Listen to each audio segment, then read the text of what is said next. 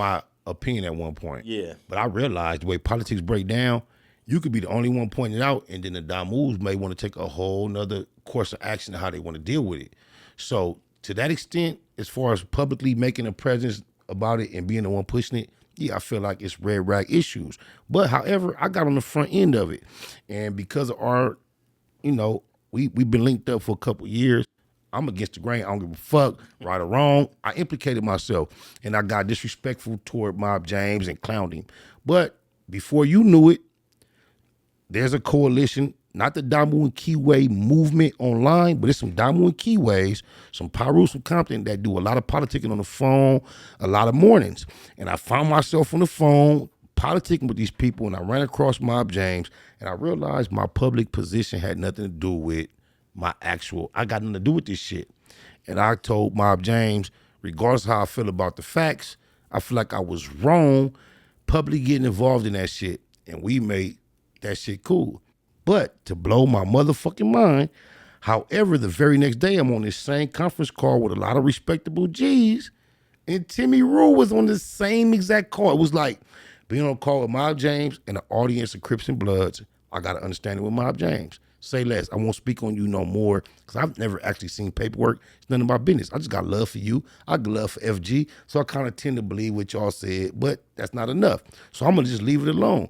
But then the very next day, bro, his brother, Timmy Ru, was on the same conference call, and it blew my mind because Timmy Ru gave the perspective like he just said right there. Okay, so. But on this conference call, Mob James wasn't on. No, he wasn't. Okay, and everybody else. I believe this is a call I was on too. I wasn't on the Mob James one. You was on the Timmy Ru one. I was definitely in the conversation with Timmy Ru. And you wasn't aware the day before that when I told you the reason why, hey, Alex, I wanted to get it out the way. I talked to Mob James. I made it cool with you because I knew what we'd established.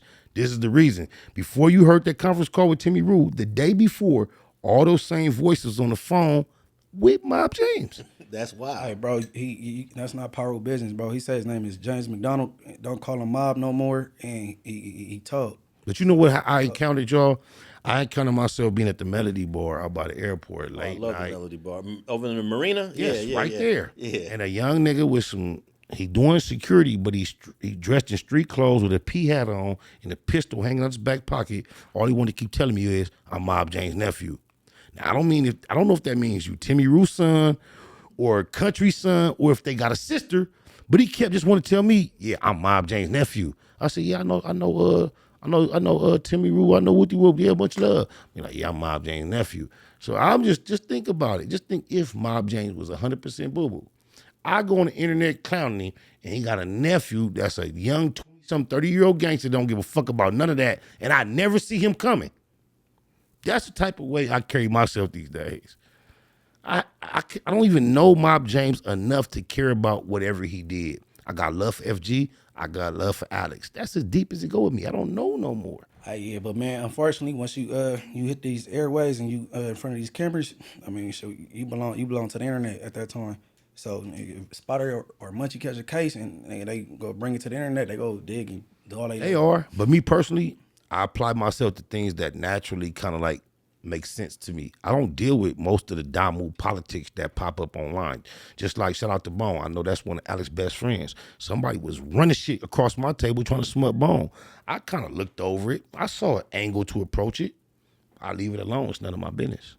If it's too grounded, I'm gonna leave it alone. If Greedo would have never went to No Jumper, I wouldn't have had an opinion on it. You don't go to nowhere with no 5 million subscribers trying to plead your case. You know what I'm saying? And then the same thing with Big Sad. He took it to No Jumper. Now you making everybody business. You know what I'm saying? Why else would you get on the camera in front of 5 million subscribers and try to plead yourself? You want us to give us our opinion. Yeah, it's like, you opening it up for opinion. It ain't you not a Crip no more than me. You the nigga on No Jumper, whether you told or not. That might have been. It's a young, active nigga with some strength telling me, nigga, I'm Mob James' nephew. That might be Timmy's son. Is that your son, Timmy? Oh, my mama, because Timmy told me the reason why, after he went on No Jumper with the boy, he didn't realize it was all boo-boo until one of his sons brought it to his attention. So I really wonder which one of Mob James' nephews that was out there at Melody. Was you Timmy's son or was you Country's son? Now, if you paid attention to James' history, he talks about being excessively beat by his dad multiple times.